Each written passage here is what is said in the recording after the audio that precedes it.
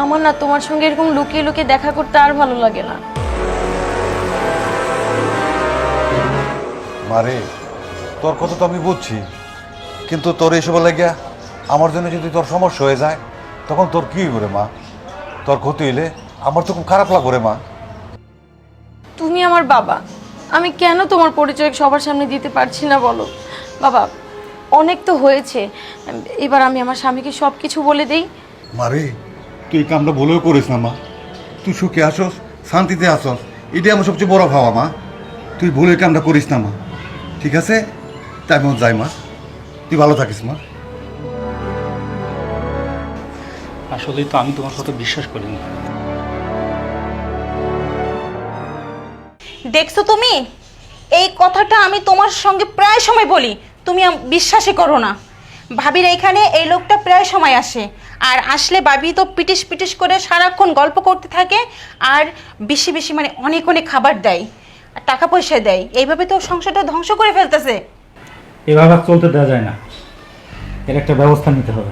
শোনো, হ্যাঁ বলো। নেক্সট যেদিন আসে তুমি চোখে চোখে রাখবা, আর আমিও ভাইয়াকে বলে রাখবো, ঠিক আছে? একদম হাতে নাতে ধরবো, তারপরে প্রমাণ করে দিব। হ্যাঁ তুমি ঠিক বলছো, এটাই করতে হবে।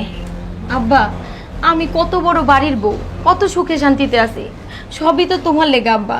তুমি আমার সুখের কথা চিন্তা করতেছো, অথচ নিজে ঠিক মতো খাওয়া দাওয়া করো না, নিজের শরীরের দিকে তাকাও না। দেখছো দিন দিন তুমি কেমন অসুস্থ হয়ে পড়তেছো। মারে, আমি এখন যা কামাই করি তাতে আমি চলে যাই। আমি তো একা মানুষ, এত কিছু লাগে না মা।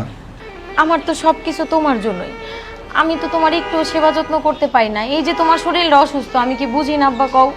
কিন্তু আমি কি তোমার যত্ন করতে পারতেছি? অথচ আমি কিন্তু এই জায়গায় রাজধানীর মতো আছি, দিনের পর দিন ভালোই আছি। মারে, আমিও ভালো আছি।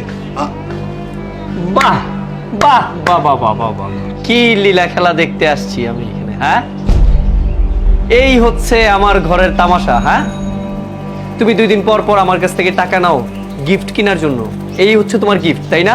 আরে ভাই, প্রথম প্রথম শুনে তো আমিও বিশ্বাস করতে পারিনি। রিঙ্কু ওই দিন আমাকে দেখাইছে, আর আজকে তোমাকে একদম হাতে নাতে প্রমাণ দিয়ে দিলাম। ভাই আপনি জানেন না, এই লোকটা প্রতি সপ্তাহে আসে, আর ভাবি এত এত রান্না করে এই লোকটাকে দেয়।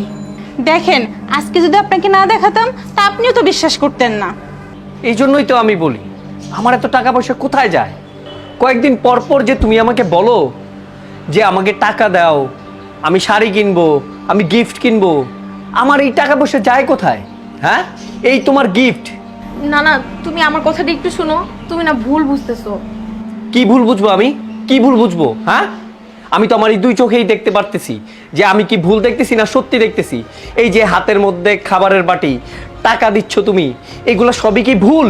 আচ্ছা, আমি একটা জিনিস বুঝতে পারি না, একটা লোক সাহায্য চাইতে আসছে, একটা লোক ভিক্ষা করে,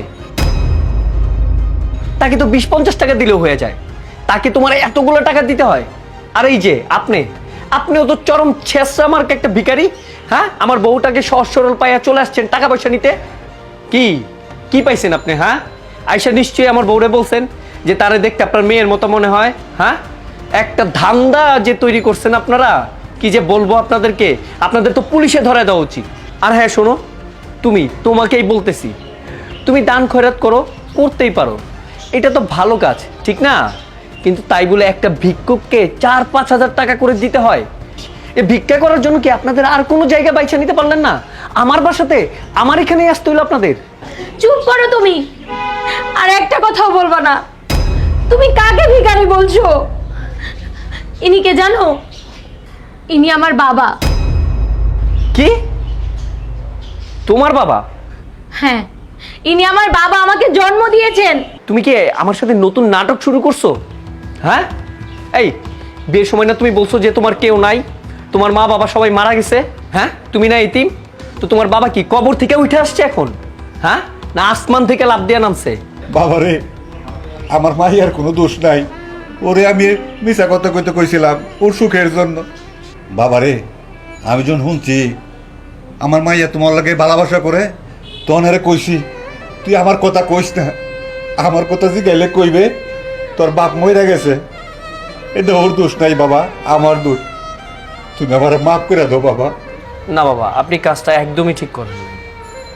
আপনার মেয়ে ক্যাম্পাসে অনেক ব্রিলিয়ান্ট স্টুডেন্ট ছিল, ওর মন মানসিকতা ভালো, আমি তো ওর এইসব দেখে ওকে বিয়ে করেছি।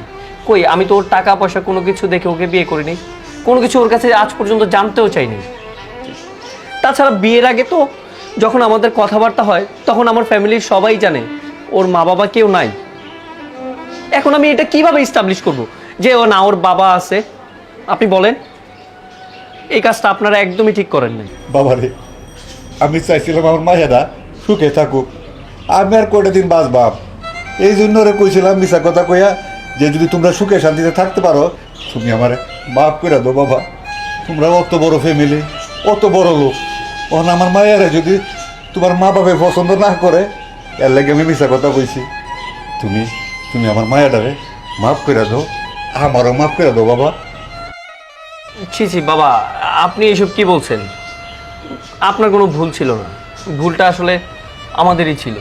আমাদের আসলে বিয়ে করার আগে ওর ব্যাপারে খোঁজ খবর নেওয়া উচিত ছিল, যে ও কোথায় বড় হয়েছে, ওর মা বাবা কোথায় আছে না আছে।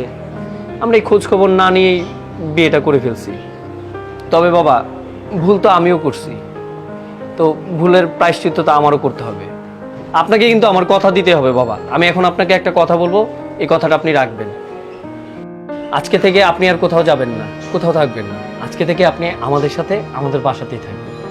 আঙ্কেল, আমাদের ভুল হয়ে গেছে, আমাদের ক্ষমা করে দেন। হ্যাঁ আঙ্কেল, এখন থেকে আপনি আমাদের সাথেই থাকবেন।